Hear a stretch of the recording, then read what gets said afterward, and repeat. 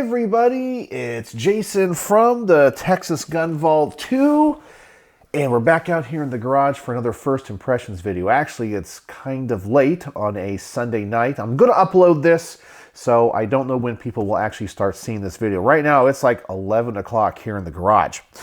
And I just got back from the range, and tomorrow is Monday and my first day of spring break. So I'm able to stay up late and get some projects done, even though I got a ton of stuff I got to do this week. Fun stuff, adulting stuff like taxes. Yeah, I'm not looking forward to that.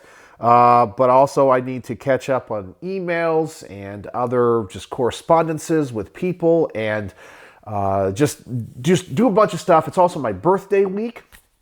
So my birthday is coming up on Friday. I turned 45 years old. I can't believe it. I'm telling you, my mind feels like I'm in my 20s.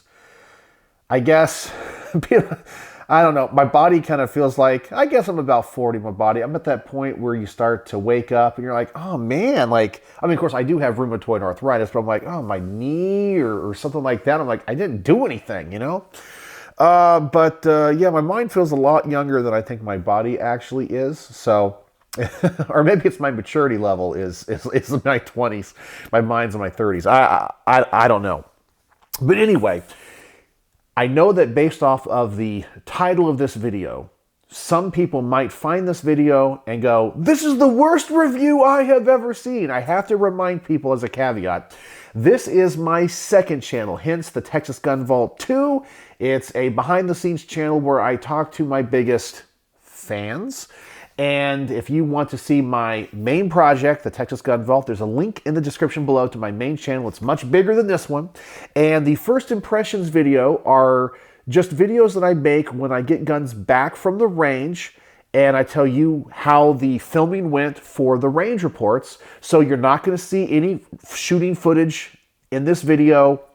This is not a review, so please don't tell me it's the worst review ever. The philosophy of the Texas Gun Vault 2 is we just come here and we talk about guns, we chat about guns, and I like to think of it as just you're at work, and I'm the guy you can talk to around the water cooler about guns. And that's it. Maybe a little bit of firearms, politics, legal stuff, current events, and what else. But today we are talking about guns. So let's get right into it. I've reviewed 4 things today at the range. Yeah, I was at the range for, good God, like 5 hours, 6 hours total. I went 2 separate times. I went to the longer distance indoor range, which is 100 yards. And then I went to the VIP lanes at the Frisco Gun Club. And I kind of went late at night, but there were some other people there, so I had to kind of like set up and just film what I could when I could do it, because I was shooting suppressed, and so when I have other people talking in the background and being all loud, it wasn't bad. I just had to wait for them to skedaddle on out of there. All right, so let's talk about what I have on the table. By the way, we're not talking about a staccato. I am going to film the range report, or the garage portion of the range report, on the Staccato HD. I've already talked about this pistol. Tomorrow, already got the script, or the bullet point script written. If you don't know, all of my reviews are kind of off the cuff. I generally know what I want to say in each segment, but it's just kind of what's coming out of my mouth at that moment is what you get normally. All right, so let's talk about the pistol first. Now, this is a pistol that's on loan to the channel from my friend Jack. Jack number 1, because we're going to talk about 2 Jacks in this one. And this is the Glock 25. A Glock 19 sized handgun, so a compact gun chambered in .380. I've talked about how this was unobtainium here in the United States for so long due to import restrictions. They finally made a few here in the U.S., so, you know, we were able to legally get them. So it's a U.S.-made Glock, and they were a very short production gun. So I'm sure you could already tell from the title I think I'm going to put on this video. This is hands down the best Glock I have ever shot. It's fun. Oh, excuse me. It's fun. It's accurate. And it's powerful enough, because it's .380, I think, to be just on the reasonable edge of being a decent self-defense handgun. I mean, this is not a go-to-war handgun. This is not something that any military would ever field. But I would say for 95 to 98% of all self-defense scenarios that you have in public or in your home, this would be adequate enough. This gun is awesome. So, Glock 19 size gun, chambered in .380, double stack magazine, holds 15 rounds. And unlike other companies that chamber down their popular handguns to .380, like Beretta with the 92, and chamber it down to like, I guess now they call it the 80X, but it used to be the 84FS, this actually uses a locking mechanism. So we have the tilting barrel and the same action you normally get in a Glock, just slightly miniaturized for 9x17 over 9x19. This gun is soft shooting. So it's more than the Glock 44 chambered in .22, but it's about half of what a 9mm Glock is. And that's why I think this would be an incredible gun to get people acclimated to shooting guns. That, you know, if you don't want to start them on a 22, because really if you have somebody start on a 22 and then move them to a 9, it's kind of a big jump, especially if they're a novice. This bridges that gap. It feels like a substantial firearm. You know, it's a Glock 19. It's wide, it's big, it's heavy. Well, heavy for a Glock, I guess. I mean, it's not like it's not completely made of polymer or pot metal, if that makes any sense. And it feels substantial. It recoils great. It's accurate. It feels like a Glock. It has the Glock trigger. This thing is awesome. It's awesome. Now, does it shoot as good as, let's say, a 2011 pistol? I mean, no. I mean, it's not that accurate.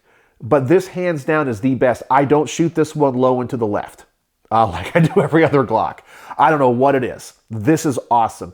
I think Glock has made the best .380 pistol out there. And it's because Glock made it with a tilting barreled action that's big enough. My complaints usually with .380 pistols is because they're a smaller caliber, companies put them in guns that are too small. And if you know the laws of physics, for every action there's an equal and opposite reaction, and the laws of inertia, when you have a super small gun that's usually like single stack, really light, the .380 actually kind of kicks a little bit because they use direct blowback.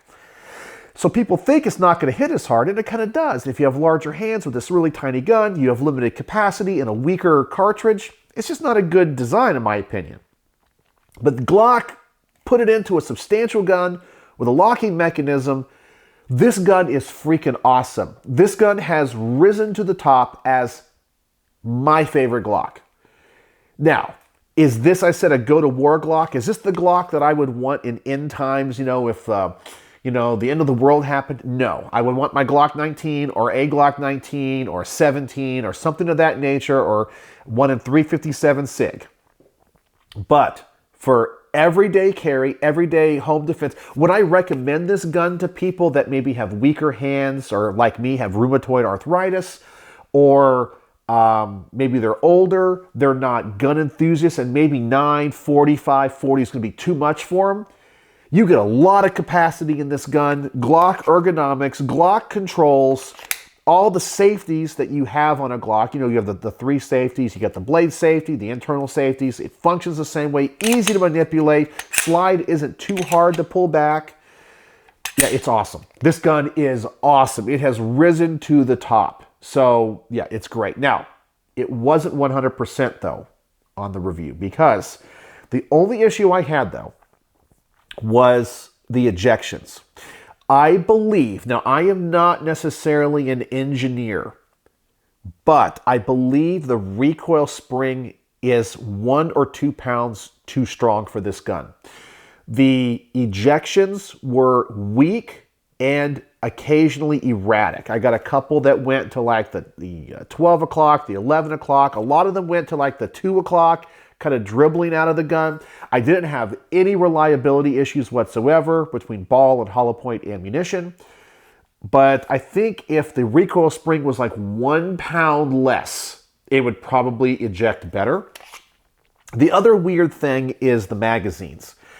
They work great, but let me show you the back of these magazines because 380 is, as I said, 9x17 versus 9mm, which is 9x19.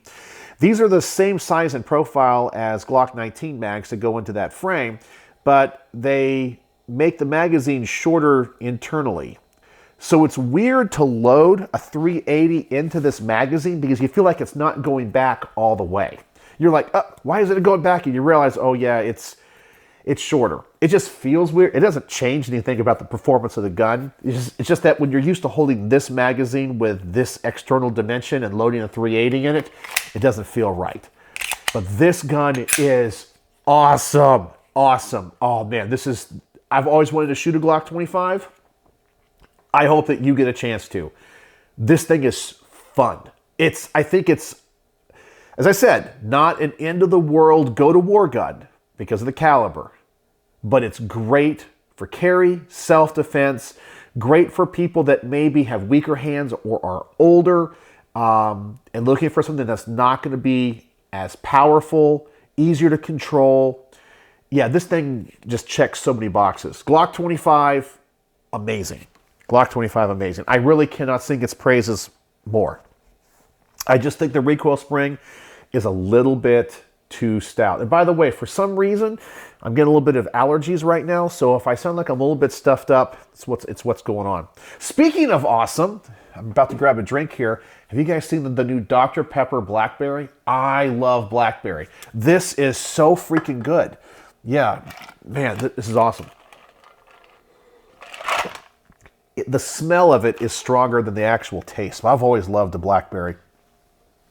Man, I love that. Speaking of Blackberry and the color of Blackberry, purple, let's talk about the next gun. This is the Q, I guess it's the Fix.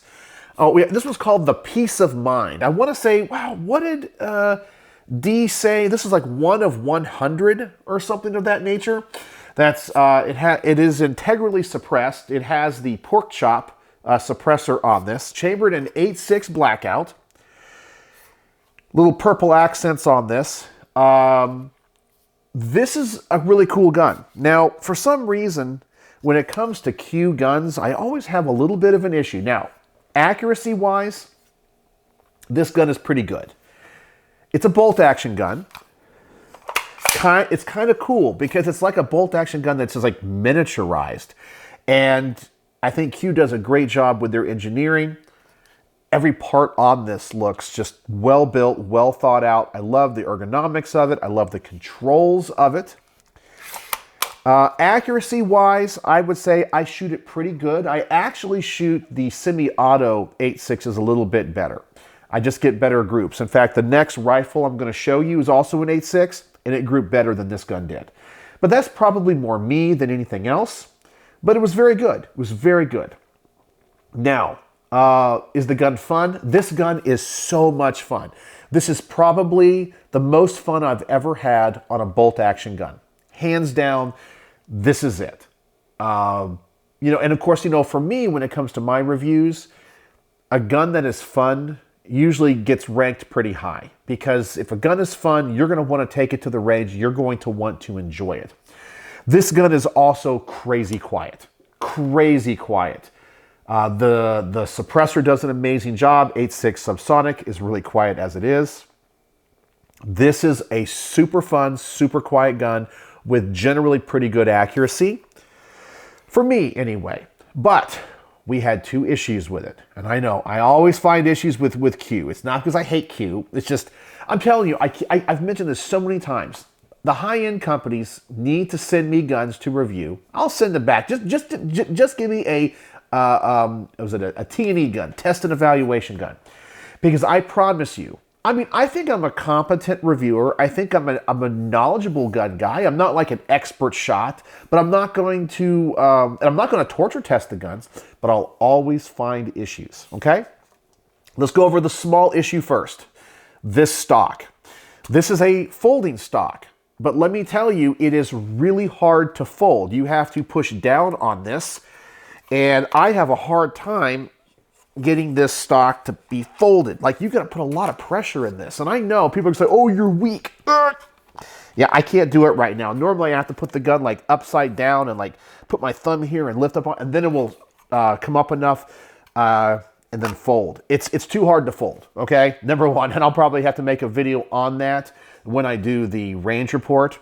The stock needs to be redesigned or something. It needs a button or something that's a little bit easier to fold, because if I can't do it, now listen, I know I said I had rheumatoid arthritis, but I'm competently strong and I have a hard time getting this stock to fold.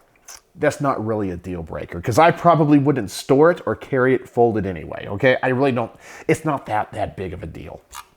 I think the stock looks great. You have all these adjustments on it. It's tacty cool and it's functional. So that's really the only complaint I have. It's just, it's a little bit hard to fold. Now let's talk about the big issue, okay? This gun's feeding. Now I used 3 different ammo types and 3 different magazines in this gun. So the one that I think comes with it is this one here, this PMag 10. And if you don't know, 8.6 feeds from a 7.62 by 51 mag, so like a 308. So I had some feeding issues where essentially the bolt would ride on top of the round. It would kind of pick up the round a little bit, and then it would try to go into the chamber and it would compress the round. Okay, now I wasn't trying to, like, you know, slam it in place or anything, but because it didn't get caught by the bolt completely, it slips, and then it's kind of like trying to like double feed. In fact, let me show you what some of these rounds look like. And I also had some feeding issues with the other rifle, but it wasn't as bad. I think 8.6 has feeding issues because of its shape and its overall length. Let's see here. Okay, so hopefully you guys know what 8.6 should look like when it's not crunched like this. So this happened to 2 rounds. So once, let's see if I get that in focus here. So once the round gets compressed, the crimp, I guess, is not very strong in 8.6 or something. And as you can see, the projectile now is just loose. And I'm telling you, I did not slam that round in. I just tried to close the bolt. And once it goes on that feed ramp, if it goes up to the top of the chamber, it just goes whoop, and that's it. And now the round is ruined. And if you don't go as far where the crimp kind of stays in place, where it's still solid, now the overall length, obviously you don't want to shoot it because now the whole round is compressed. But it won't even feed because now the overall length is so much shorter. So that was the issues I had, and I discovered what I think the issue is. So as I said, I had 3 different ammo types. People are going to ask. I had Halworks Ballistics 300 grain solid subsonic. I had Halworks 285 grain ELDM subsonic. And I also had Velocity Ammunition 250 grain HPBT. So I tried 3 different ammo types and four different magazines. Okay, so we had the little PMag 10. We had the this is the PMag PMag 25 Gen 3 for 308 7.62 by 51. We also have, and ignore these little bands on it, but these are also 7.62 by 51. This one, I know it says 6.5 Creedmoor, but these are also 308 mags, and these are PMag 20s right here. And we also had some aluminum ones like this. And I was having feeding issues from all of them. Normally it would be like 1 or 2 rounds in, and I documented all, and then I think I figured out what the problem was, because I was thinking, okay, maybe it's ammo. Okay, I changed ammo. Okay, maybe it's the magazine, you know, because sometimes guns can be a little bit fidgety. Here's the problem with this gun. So it does not matter. This happens with all of the magazines. Might happen with the steel mags a little bit more. So if you insert the magazine, okay, it locks in, just like it should. It moves a lot in this mag well. And I discovered because I was shooting it from the bench and I had the front end of the gun on a rest. So I'm kind of holding it like this, essentially with my left hand. If the magazine, if my hand is on the magazine, it causes the feeding issues because the magazine rocks. So I had to hold my hand elsewhere and then the bolt would cycle fine. So I could see if this magazine, while you're trying to cycle the gun, is maybe on the ground, if you're hunting, if it's up against something, if you're shooting from the prone position, and you have a magazine that rubs on the ground, you are going to have a feeding issue. So I discovered if I don't touch the mag, it works fine. But if my hand is here, I think it kind of rocks the magazine back, and you have feeding issues galore. And just that little bit of play causes it. See if I can show you the play in maybe the longer mag. Oh yeah, you can see it there. I mean, look how much play you have. And I think a lot of that gets eliminated when you have these magazines in like SR25s where the mag well is a little bit longer. But here you don't have that. And even with that PMag 10, you get enough rocking motion where it causes a feeding problem. So that was the issue with this gun. As I said, good accuracy, a lot of fun, best bolt action gun I've ever shot. From a performance standpoint, maybe not the best, but from a fun standpoint, yes. Quietest, hands down, good accuracy, stock's a little bit hard to fold, okay? Now, probably, because I'm going to put this gun in the title, the name of this gun in the title, I wonder if Kevin Brittingham, who saw my other video and commented, is going to see this and, say something. And if he does, Kevin, if you ever see this video, message me, texasgunvault@gmail.com. Tell me what I did wrong. Tell me if this is a problem that I could have avoided. And, just tell me. I'm totally cool. I love to learn. And, you designed the gun. So I know you've seen my content before. Those are the issues that I had. Okay? I still think it's an awesome gun. Okay? Still best bolt action, the funnest bolt action I've ever shot. All right. Now let's talk about the other rifle. This also is an 8.6, and this is a custom build by my friend Jack number 2, the other Jack I was telling you about. And the upper and lower receivers here are made by actually a local company called Prosper Firearms in Prosper, Texas, which is one town north of Frisco, where I live. And I actually work in that town from time to time. But this is a really cool looking rifle. And I really need, and Jack number 2, if you're watching this video, I'm going to message you tomorrow. It's too late now to message you, it'd be rude. I need you to give me as much of a parts list for this gun as you can remember. Like, obviously the receivers are Prosper Firearms. I'm assuming the handguard is as well. I don't know what barrel. Other things I can kind of figure out. I can kind of look at it. But if you remember what you did with this gun, let me know, because I need that information. But I'll probably end up having to text you anyway. But I can kind of deduce some of the parts, but not all. So anyway, this thing shot pretty good. And believe it or not, this one shot more accurate than the Q. I mean, where the Q was probably grouping, for me, remember, I'm just an average gun guy. At 100 yards, probably, I don't know, put this down here real fast. 100 yards was probably like this on the Q. This gun, it was like this. And it was so easy to do, Even with this optic only being 8 power, yeah, it was great. I mean, even though the reticle pretty much covered up that little $half sized target, or the bullseye in the center of a pistol target, it was hitting it fine. It was great. I was easy to dial in. Gun is very consistent. I did have some feeding issues, very similar to the Q. Not as many though. And that's where I think 8.6 might, it's not a design problem. It's just, I think it's the overall shape and the length of the cartridge. It doesn't work right. Always. You just get to find what's going to work the best. This gun was a lot of fun as well. I shot it suppressed and unsuppressed. I tried to review it as what I think it's kind of intended to be, kind of a hunting gun.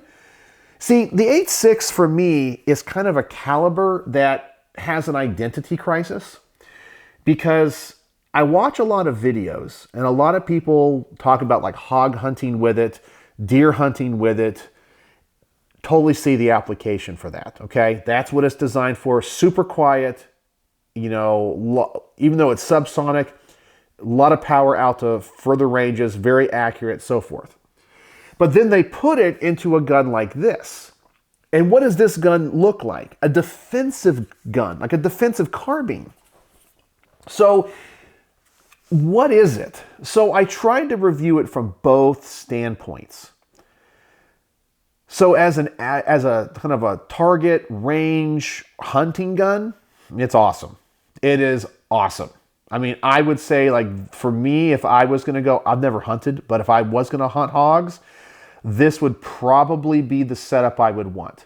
I was running a rugged suppressor on the front. This is the Rugged Alaskan, and good tone to it. Not the quietest. The Q is quieter. The Q is way quieter, has better tone.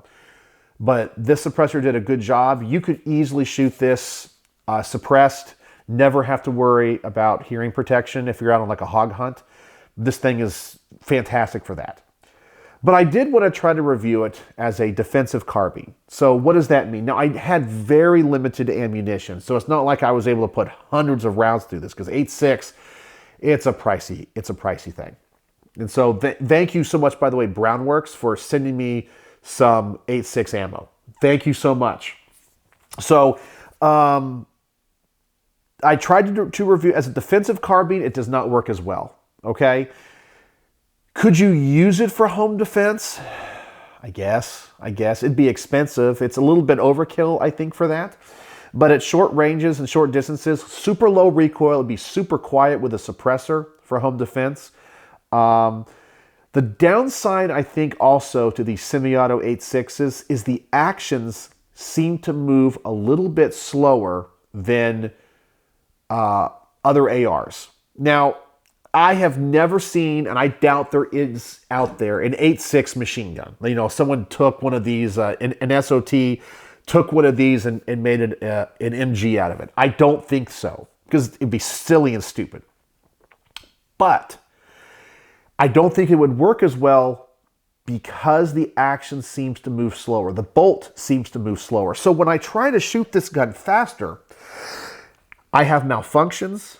I have feeding issues. I kind of feel like I almost kind of outrun the action with my trigger finger. But if I take my time with it, just kind of one shot every second or so, perfectly fine. And if you're shooting it for accuracy, perfectly fine. Try shooting it fast, you have problems.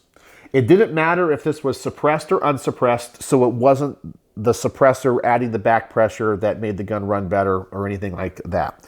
It was just the speed. The faster I shoot this gun, the harder it became, the more malfunctions. In fact, when I reviewed this and tried to do the mag dump test, it's like 4 or 5 rounds, stop, 4 or 5 rounds, stoppage, so forth. I also reviewed the Rugged Alaskan. So I tried to, in my review of this gun, I tried to utilize the footage for 2 reviews, if that makes any sense. So 3 of the tests that I do when I review suppressors were the same kinds of things that I could do on a defensive carbine. So I'll kind of recycle that footage, and I filmed it in that way. So the tone of this Rugged Alaskan, as I said, is a little bit louder, a little bit higher pitched than, let's say, the Q pork chop and short chop and all that. It works. It's hearing safe, definitely. A little bit higher pitched. It has a lot more back pressure than the Q does, and any of the Huxworks cans. I don't think this one is designed to be, what is it? I don't think it's designed to be a flow-through suppressor. I don't think so. Let me see here. I don't think so. No, it's a traditionally baffled suppressor. Yeah, it doesn't have any of that, like, you know, helical stuff in it. So it does have quite a bit of back pressure to it, even for 8.6. This mounting system, however, kind of sucks. So you screw it on, and then you have this, I don't know if it's supposed to ratchet, but you have this locking mechanism that rotates, and it even says on it, you know, lock is this way, unlock is this way. So let me show you. So once again, here, let me take this off. We got this short little muzzle device here. Screw it on. Okay, we're on there tight.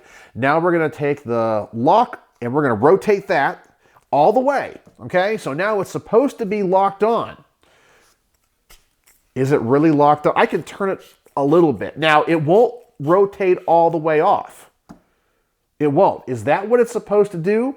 Normally, when you have something on a suppressor mount that locks, it won't rotate at all. So, I mean, it will not come off this gun, but it still rotates. So, as you can see there. So, it will only go so far. But then you're going to unlock it, and then, okay, see, now it's not coming off. Hold on. Let's lock it back this way. See, this is not an idiot-proof suppressor here. All right, there we go. Now it should come off. There it is. This mounting system, not a big fan. I got to do some research. I guess this is the rugged one. Don't like it. Don't like it. So that was the only issue with it. But for running 8.6 is pretty good. Dissipated heat. I have to go look up what this is made out of. I'm going to assume it's Inconel or titanium. But no, it worked good. It worked good. You know, it suppressed 8.6 just fine. Changed the point of impact just a little bit to the right. But it did, from it being unsuppressed, but it made ballistically the gun perform a lot better, a lot more consistent, which is what pretty much all suppressors do. So those are the 4 things that I reviewed. So tell me in the comment section, what do you think about any of this? What do you think about the issues I had with any gun or every gun? What do you think about my thoughts on the Glock 25, the Q? What do you think about 8.6? Do you have feeding issues if you shoot 8.6? Jack number 2, send me a build list of this gun. So more specifically, the bolt carrier barrel. I think everything else I can figure out myself. So let me know that. And I'm assuming, once again, that this handguard is Prosper Firearms, because it's not marked with anything, but it mates up to this pretty well. But I don't know, it might be I don't know. Message me. So anyway, there we go. So that's my first impressions on these guns. So I'll be working on range reports on the Staccato, the Glock 25, the Q, and the Prosper Firearms 8.6. So a lot to talk about tonight. So anyway, let me know what you think about anything. And if you made it to the end of this video, which is 33 minutes long, holy crap, 33 minutes long. The word of the day is going to be blackberry, because I'm out here drinking some blackberry Dr. Pepper, and man, is it delicious. Normally, I'm a Coke guy. Coca-Cola, I think, is the nectar of the gods, but this might come in a close second. Yeah, that is some good stuff. So blackberry is the word of the day.